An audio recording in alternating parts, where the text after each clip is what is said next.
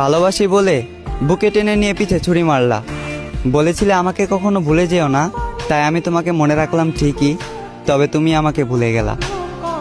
কথা ছিল দু হাত ধরে দুজন হারিয়ে যাব, সবার থেকে অনেক দূরে অজানা কোনো শহরে। আফসোস আমাকে রেখে তুমি একাই হারিয়ে গেলে, আর তুমি আজ আমার ধরাছোঁয়ারও বাহিরে।